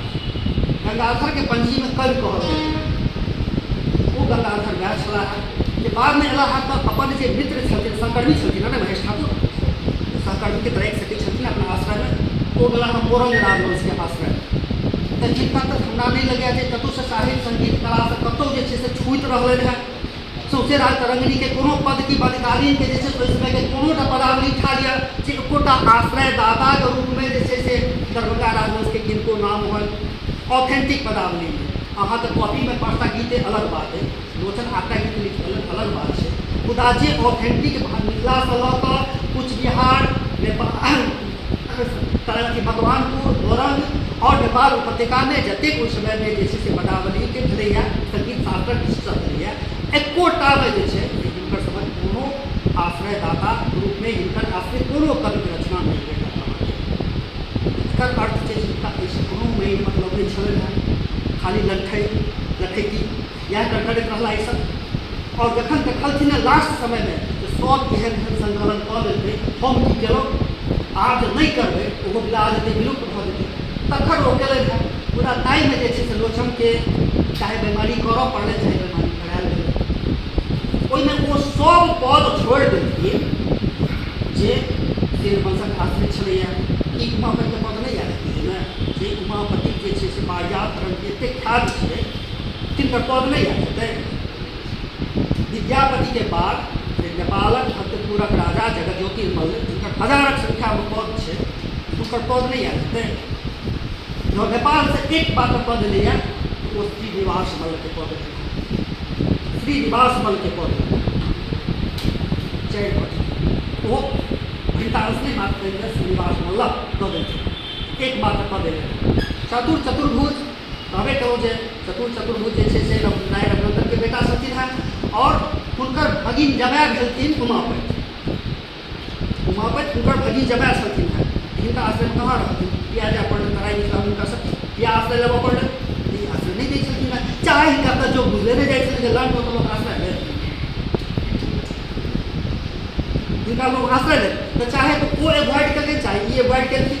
किछु बात भेलै, किछु मध्यकालमे एहन गप भेलै तऽ हिनकर जतेक जकरा से हिनका सत्ता संघर्ष रहलनि ताहिमे से अधिक विद्यापतिके छाँटि तऽ रिटेट करथिन, विद्यापति लेबैए पड़लनि, व्यवस्था छलनि, विद्यापति अपना तऽ चलबे नहि करतै, भले विद्यापति गीते नहि हुए तऽ एकर जे छै से सभक पद छाँटि देने छथिन। तैँ ओहि हिसाबसँ बहुत लुलुआन लगै छै, लाल तरंगिणी जे छै से बहुत लुलुआन लगै छै। एकटा आओर व्यापक हेबाक चाहै छलै, एकरा जे छै से बहुत व्यापक हेबाक आवश्यकता छलै। ओ जे 8टा पद देलखिन तऽ कोनो ओकर निदर्शन नहि भेटल हेतनि, उदाहरण नहि भेटल हेतनि, तऽ एहन पद भेटल हेतै जिनका आराधन नहि, ओहिमे हरिहर देवके कीर्तन भेल हेतै, ओहिमे जे छै से जगज्योतिर्मलके कीर्तन भेल हेतै, ओ प्रतापमलके कीर्तन भेल हेतै, हुनकर आश्रयदातावला पद जे जातिके गायकीमे हेतै, तऽ ओ सब पद जे छै नहि लेलखिन। ई हमर दावा अछि, ई हमर दावा अछि। और सौंसे राजतरंगिणी अहाँके कहि रहल छै मध्यकालके कोनो पदमे हिनकर आश्रित एकोटा दल नहि छथिन, नहि हिनकर सबके कतहु रतन 8टा लोचनक राजतरंगिणी छोड़ि। तऽ ई सब बहुत विषय छै, बहुत रास विषय छै जे आब अहाँ सुनले हेबै जे विद्यापति जखन शिव सिंह युद्ध भूमिसँ पलायन कऽ गेला है, रजा बरौनीमे आश्रय लेलनि, आश्रयके लेलनि, ओहिठाम अपन राजधानी बनेलनि। ओहि समयके ओहिठामक सामंत छथिन है पुरादित्य गिरिनारायण, पुरादित्य गिरिनारायण छलाह, जिनका प्रशस्तिमे एकटा पद विद्यापति लिखने छथिन, पुरादित्य अनुगत कुरु। ओहि पदके जे छै से मात्र 4 पाँति जे छै से राजतरंगिणी मिले गेलै। सबके बुझल छै जे विद्यापति पद छै, अनुस्वर भेट जाइ छै, ओहिमे नहि कहल गेलै विद्यापति पद छै, 4टा पाँति ओकर देल गेलै। और ओहि वंशके जे छै से 17वीं शताब्दीमे आबि ओहि वंशके पतन भऽ गेलै। ओहि वंशके एकटा बच्चा राय गंगाराम नामक एकटा बच्चाके कोनो तरहे बचा कऽ जे छै से ओकरा मुंगेरमे चकवा राजवंश छै, बेलौचे वंश छै चकवा, जे आब बिहार हो गेल छै, ओतऽ ओकरा संरक्षण देल गेलै। और बादमे राय गंगाराम जे छै से नरहनमे अपना कुब्बतसँ एकटा राज्य स्थापित केलकै। अपना कुब्बतसँ जे छै से 17वीं शताब्दीके मध्यमे शाहजहाँके समयमे अपन एकटा राज्य स्थापित केलकै और शाहजहाँ ओकर स्वीकृति लेलकै। ओकर एकटा विवाह भेल छै से चकवा राजवंशके ओ भाग्यवतीसँ, ओकर बेटी छथिन भाग्यवती तिनकासँ, और दोसर विवाह भेल छै ओकर पिछवाड़ा समस्तीपुरमे मुक्ता रानीसँ। ओहो एकटा साधारण व्यक्ति ओना बाहुबलसँ एकटा राज्यके अर्जित केलकै, ओकरोमे ई सामर्थ्य छलै जो जैनके घरानाके जे छै से नहि संरक्षण नहि आश्रय, कमसँ कम ओकर संगीत गोष्ठीके आयोजन केलकैए। किया राजतरंगिणीमे एकटा हरिदासक पद छनि, जकर कवितामे छै गौरी भाग गंगाराम महेश्वर, भागवती जे छथि से गौरी छथि और जे गंगाराम जे छथि से महेश छथि। अपन आश्रयदाताके जो कीर्तन केलकैए जकर विद्वान सब एखन धरि ओकर व्याख्या नहि कऽ सकथिन हेँ, ओ की छलै हम ओकर व्याख्या करैत छी। गौरी भाग गंगाराम महेश्वर, और ओहो जे छथिन ओ हरिदास जे छथिन तऽ महेश ठाकुरके ससुरक सम्बन्धमे अबै छथिन। हाँ, एकटा साधारण एकटा छोट जे छै से अपना बाहुबलता पर गंगाराम जे राज स्थापित करै छै तकरोमे ई जे छै से करेज छै, ई बड़का कानून को छला नहि छलै। तऽ एहन बहुत रास साहित्यके गोलमाल भेल छै और बहुत रास के मध्यकालीन इतिहासके जे छै से उठापटक छै। ई बहुत बात हुनकर जे राजतरंगिणीसँ और जे ओहि समयके जतेक हम पदावलीके चर्चा केलहुँ जो एहि सब पदावलीके मिला दिए और ओकर एकटा सम्यक दृष्टिसँ अध्ययन करिए तऽ अहाँके जे छै से ओहि बार कालसँ लऽ कऽ और 1700 ईस्वी धरिके मिथिलाके राजनीति, मिथिला सहित ओकर पार्श्ववर्ती जे मिथिलाके राजनीतिके प्रभावित करैत रहलै, कुछ बिहार और नेपाल मिथिलाके राजनीति, मिथिलाके संस्कृतिसँ बहुत बेसी प्रेरित प्रभावित रहलैए। ओकरा सबके मिला दिए तऽ एकटा बृहत इतिहास अहाँके जे बहुत रास जे अनभिज्ञात तथ्य सब छै, बहुत रास जे अनभिज्ञात इतिहास छै जे सामने नहि एलै, ओ सब आबि सकै छै। और एही दृष्टिए जे छै से हम राजतरंगिणी देख रहल छियै और राजतरंगिणी सबटाके मिला कऽ देखल जाए तऽ लगैए जे एकटा जे छै से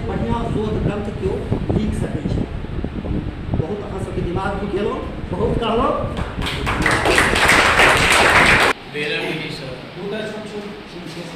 कथक के मूल कहलिए या प्रति आधार पर या कोनो और रेफरेंस के आधार पर कि कथक के मूल मिथिला में कहल जा सके थे। देखिए आन एक परंपरा में अभिलेख तक अभिलेखे ने तकबे राम मंदिर के जखन गेलै तऽ अहाँ अभिलेखे मानल मौखिक परंपरा अहाँके नहि मानल हम अभिलेख अहाँके दऽ रहल छी हम जे छै से बड्ड अभिलेख दऽ रहल छी कथक काज कहि रहल अइ मतलब कथक नामक जे कोनो कला छलै शुरू समयमे छलै और ओकर मने विशेषज्ञ ओकर जे छै से मने प्रस्तुतकर्ता काज के होइ छला मुख्यतः तैँ कथक काज एक पद पर बतेने छी। सही है मिथिलांचल के बहुत चीज पूर्वांचल से जुड़ल है पूर्वांचल से कथक के गढ़ रही है। दूसरा लक्ष्मण संबंध की बात की है एहिमे मतलब ई बंगाल के अलावा मिथिलाओं में छलै मिथिले में छै लेकिन ओ तऽ बंगाल में लक्ष्मण संबंध नहीं चलै छै। फिर जे लक्ष्मण सेन के पंचरत्न में जो गोविंद अबै छथिन जयदेव अबै छथिन जिनका चलते विद्यापति के अभिनव जयदेव कहल जाइ छै ओ पंचरत्न में ओतऽ छथिन लक्ष्मण सेन एकटा और कारण छै एहि लेल बंगाल में छलै कि नहि ओकर प्रमाण में कि लक्ष्मण संबंध पर जब हम रिसर्च कर रहल छलहुँ कोनो जूनियर स्टूडेंट के कहला तऽ विद्यापति के जे एक्यूरेट होना तऽ 1350 से 1450 कहि देल जाइ छै मोटा माटी लेकिन जखन विद्यापति के एक्यूरेट जन्म निकालबै तऽ विद्वान सब 1360 पर आके रुकै छथिन तो 1360 लक्ष्मण संबंधे से निकले छै चाहे वो बीएचयू के विद्वान निकालने हैं आइ तक या अपना एम्हर जगह हो या जे इतिहासकार 1360 विद्यापति के जन्मक तक अनुमान कयल जाइ छै। ठीक छै एते समय में शिव सिंह संगे जे छै हुनका वियोग भेलनि 32 बरख पर सावर रूप भेलै विद्यापति जे छै विद्यापति का 4 बार रिजेक्ट छलाह एहि हिसाब से एकटा कैलकुलेट छै ओहिमे जते लोग 1360 पर आबै छथिन ठहरै छथिन तऽ ओ लक्ष्मण संबंध के अनुसार 1360 अबै छै आब छै जे एतऽ चलाइमे छलै तऽ पंचरत्न में ओतऽ लक्ष्मण सेन छलै दुनू शासन मिथिलो में छलै लक्ष्मण सेन के हम की कहूँ मिथिला के एकटा बृहद भाग पर हुनकर शासन छलनि ओ मिथिलेशो छलाह बाद में जखन हिनका सबके आपसी बंटवारा भेलनि तऽ ओहो कर्नाटे छलाह सेन और देव एकटा देव फैमिली भेलै एकटा सेन फैमिली भेलै अहाँ उबैन ठाकुर के पोथी पढ़ियौ ओ दुनू के कर्नाटे मानल छै कर्नाटे वंश के दूटा शाखा परमार वंश के जे छै परमार वंश मिथिला में जे परमार वंश भेलै जकरा अहाँ कहै छियै जयादित्य के समय में जयादित्य जे कलाह बुलाह बजेलखिन दूटा जे छै से भाइ आबि कऽ मिथिला के जे छै से शक सब जे छलै से मिथिला के पूरा सीडित केने छलै तखन जे आयल छलाह ओ सब तऽ मिथिला में जे छै से रहला ओ सब छोट शासक के रूप में रहला ओ सब बाद में की होइ छै जे ओतऽसँ जे सेना में काज करै छलै ने आनो ठाम चलि जाइ छै तऽ ई सब जे छै से कर्नाट क्षेत्र में चलि गेला तऽ कर्नाट वाला भऽ गेला पटना वाला पाहुन एलखिन हेँ खंडवाला केना भऽ गेलै खंडवाला में जाकर रहला जिनका मूले खंडवाला भऽ गेलै तऽ तहिना ई सब जे छै से कर्नाट में जाकर रहला तैँ कर्नाट भेला कर्नाट मूल के लोक नहि छथि ई तऽ मिथिला से गेल छलाह मिथिला के संस्कृति हिनका में बीजल छलनि बसल छलनि हेँ सबटा ई उम्हर से एला है तऽ मिथिला हुनकर जे प्रांत छै राढ़ सेहो छै मिथिला सेहो छै नेपाल सेहो छै बहुत रास 4-5 टा प्रांत छै तऽ अपना में जे छै से हिनका सबके टच चलैत रहलै तऽ हुनकर लक्ष्मण सेन जे छै से मिथिलो पर शासन केने छथि मिथिला के पार्ट पर बाद में जे छै से नेपाल ओकर बंगाल निवासी को भऽ गेला मुदा हुनकर जे लक्ष्मण संबंध छै से मिथिलेटा में छलै छै नेपाल में लक्ष्मण संबंध नहि छलै छै एकटा और छोट छै तेसर अंगे जेना कते भारतीय मिथिला नेपाली मिथिला जे एकटा छै मतलब कि सांगीतिक लऽ के मध्यकाल में कहलिए के अपेक्षा उत्तर बेसी रहलै परंपरा सांगीतिक संकोचन के दृष्टि से लेकिन आधुनिक में जो हम देखे छिए चाहे वो ममता घराना देखिए जो कि देश के 4-5 टा उत्तम सांगीतिक घराना में अबै छै मलिक महोदय सबके जे छनि और एकटा जे मानन खवास जे छथिन सहरसा में तो बहुत बड़का संगीतज्ञ के रूप में आधुनिक संगीत में जानल जाइ छै ये आधुनिक संगीत के प्रेरणा अगर एतऽ मध्यकालीन स्रोत नहीं छलै तब कोना एलै या कि ओम्हर से प्रेरित भेलै अब एखन हिनका संबंध में जे ममता घराना छै ममता घराना के वंश परंपरा तब महिला से प्रारंभ किछु माता शक्ति तऽ आब एहिठाम बहुत रास भेद छै जेकरा कोनो देखिए प्रमाण नहीं छै ओहि प्रमाण में जे मौखिक परंपरा छै जकर हम विश्वास नहीं करै छी कोनो अमेरिकी परंपरा हमरा नहीं भेटैए तऽ ओहि मौखिक परंपरा में हम जे जे हमरा पूछल अछि जे जखन उत्तर प्रदेशमे अयोध्या ध्वस्त भऽ गेलै तखन ओतऽ सबके बहुत रास जे राम भक्त सब जे छै से मिथिला आबऽ लागल। जब वेद पुराण भरि सिखला तब सूर्य किशोर तकी मिथिला, तब वो सूर्य किशोर दास गौड़ ब्राह्मण छलाह। हुनका संगे बहुत रास गौड़ ब्राह्मण सब जे छै एखनो अहाँके जे छै से पुनौरा मन्दिरके जे मुख्य पुजारी छथि गौड़ ब्राह्मण छथि, गौड़े नहि छथि, आओर अन्ता घराना सेहो गौड़ छै। तऽ आब एहिमे हमरा सबके जे एक्यूरेट हम कहब जे सुनल अइ से कहि रहल छी जे कोनो गौड़के, कोनो गौड़ ब्राह्मण अपन बेटी वा अपन बेटा जे आबि कऽ जनकपुरमे मरि गेला, ओहि समयमे एक वंशज जो रहथिन हुनका अपन दऽ देलखिन जे एकर अहाँ परिपालन करियौ। तऽ ओकर विवाह जे भेलै, चाहे तो बेटा हो कि बेटी हो, जेना भेलै, तऽ लगैया जँ बेटी हेतै तऽ ओकरेसँ वंश परम्परा भेलै, ओकर बाप जे छै ईसब नहि बुझलखिन, ओ तऽ दऽ कऽ मरि गेलै हुनका। तऽ ओकर जे छै से बियाह हुआ बुझलखिन गौड़मे छै तऽ ओकरा फेर गौड़मे विवाह करेलखिन, ओकरा अपन सङ्गीतके गुण देलखिन, अपन घरानामे देलखिन आओर अपन टाइटिल देलखिन। तऽ ओ घराना जे चलै छै, अन्ता घराना जे छै से पुरुष तऽ नहि चलै छै, ओकर बीजी पुरुष नहि छै, ओकर बीजी पुरुषमे माता सती छै। अहाँ देखबै ओकर जे वंश परम्परा अहाँ देखबै तऽ कहल जाइ छै जे ध्रुवद ओ जे छै से हुनकर जे घराना जे छनि अन्ता घराना आओर मिथिलाक सङ्गीत छै, दुनू ध्रुवद छै, जे विशुद्ध हिन्दू सङ्गीत, भारतीय सङ्गीत छै। आओर एम्हर जे छै से अहाँके मधुबनी घराना छै, ई ख्याल छै, ई ख्याल गायकी छै। एहिमे इस्लामी सङ्गीत, फारसी सङ्गीतके प्रभाव एलैए, इस्लामी सङ्गीतक प्रभाव एलैए। फेर एकटा आओर गप्प कहि देलहुँ अहाँके हम जे बहुत विद्वान एखन लिख देने छथिन जे राग तरङ्गनी पर जे छै से इस्लामी सङ्गीतक प्रभाव छै आओर फिरदौस्त नामके राग छै। हम सौँसे राग तरङ्गनी हम पढ़ि लेलियै, हमरा कतहु फिरदौस्त राग नहि भेटल, कोनो इस्लामी प्रभाव नहि छै। दोसर ईसभ कहलखिन जे कथकके वंशज जे कथक गीत छलाह जे से पश्चिमसँ आयल छलाह, कतहु दोसर ईसभ बात नहि कहलखिन। अनावश्यक कतहु ने कतहुसँ भ्रमसभ रङ्ग बिरङ्गक जे से अबैत गेलैए आओर मूल राग तरङ्गनी नहि देखि कऽ ओहि नामपर जे किछु कहल गेलै आगदातो लोक ओकरे सब खत्म मानऽ लगलै। तऽ ई एकटा जे खिस्सा हम सुनने छियै, मधुबनी घराना जे छै तकरा पर फारसीके प्रभाव छै, मने इस्लामी सङ्गीतक प्रभाव छै, तेँ ओकरा ख्याल गायकी कहल जाइ छै।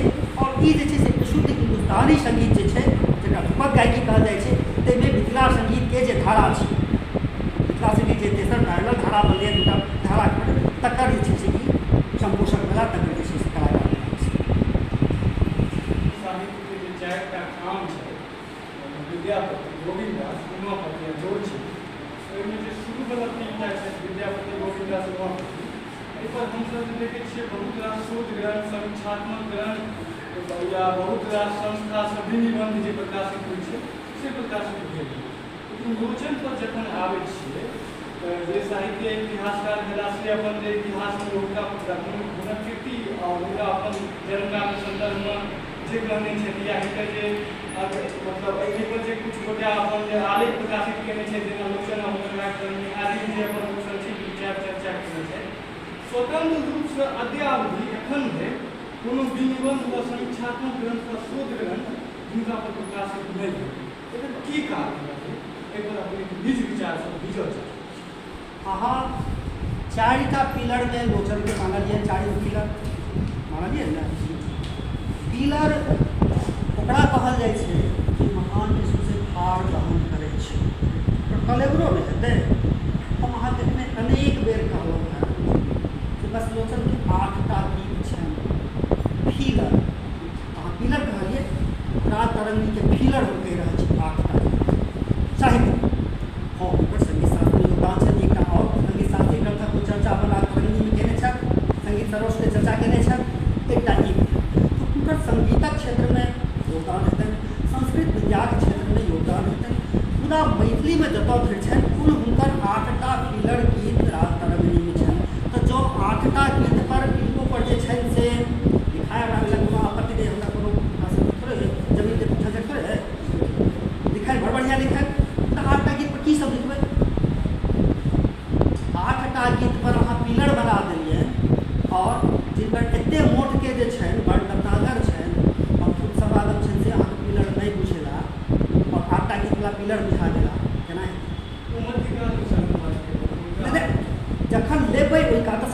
मध्यकाले भेलै, उत्तर मध्यकाल हेतै कि पूर्व मध्यकाल हेतै? छै तऽ मध्यकाले।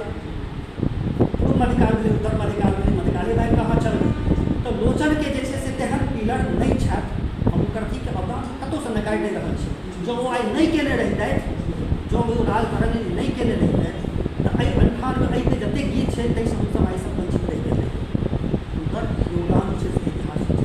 मुदा जतऽ धरि साहित्यिक कंट्रीब्यूशनके गप छै तऽ गुणवत्ता सङ्गे परिमाण सेहो चाही। तऽ परिमाण हम कतऽसँ आनब? 8टा गीतके कतेक व्याख्या करब? आओर ओहो जे छै से कोनो गीतमे नव्यता नहि अनलखिन।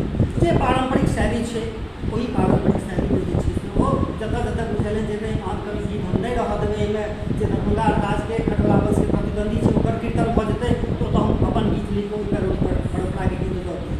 8टा गीत छै।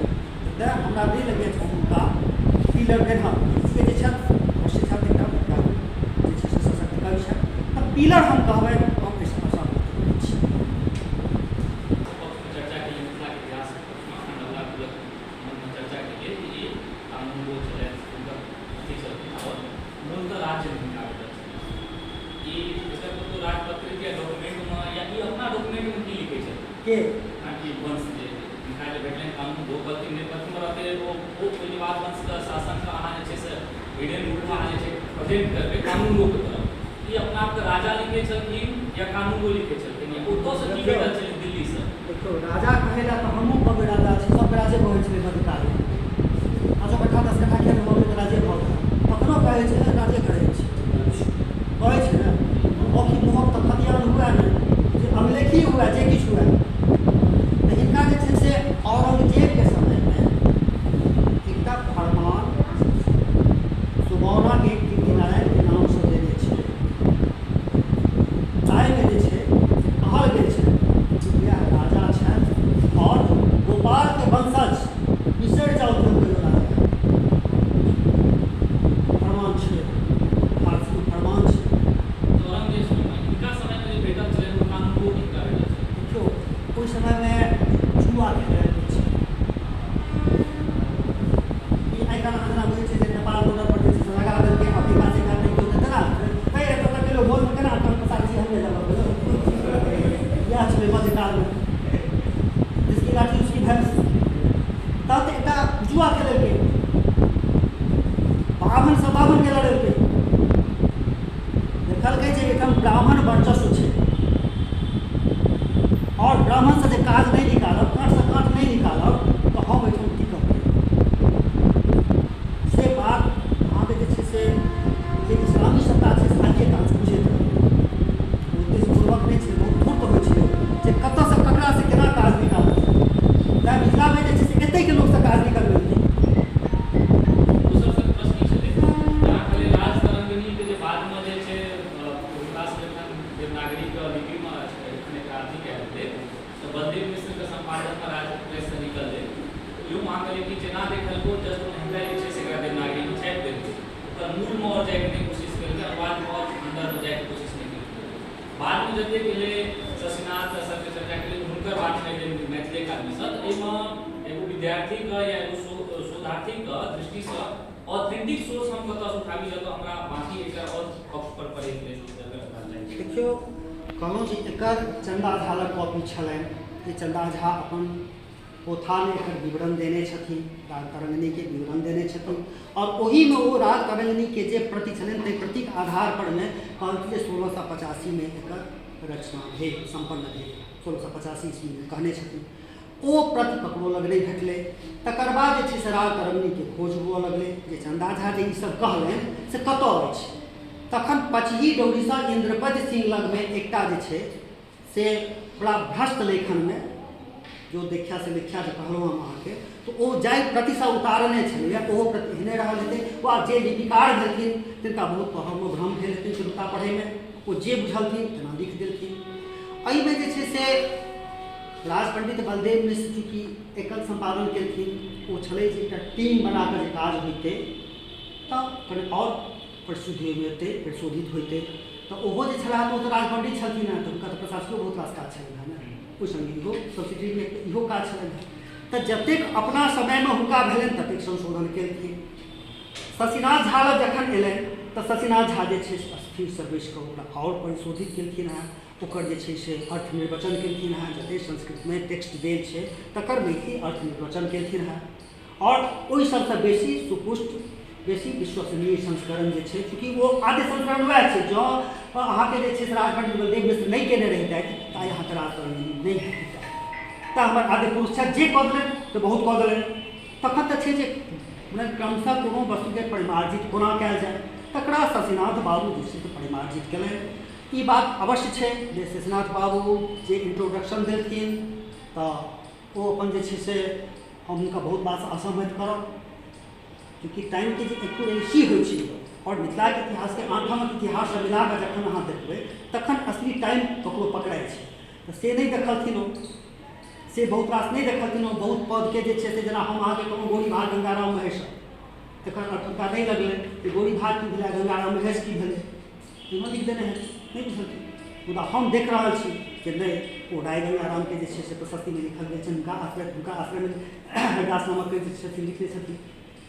तऽ हिनका समयमे आबि कऽ भऽ सकैत छै भविष्यमे जँ कतहु अहाँके एकोटा प्रति भेट जाइ छै फेरो कतहु सर्चमे, तखन फेर देखल जेतै जे एखन जे हमरा टेक्स्ट अछि छपल अइ से आओर ओ जे छै से दुनू मिलाके की अन्तर छै। तऽ जाबत हमरा दोसर नहि भेट जाइए कतहु, ताबत हमर जे किछु छै से हमरा एहि पर निर्भरता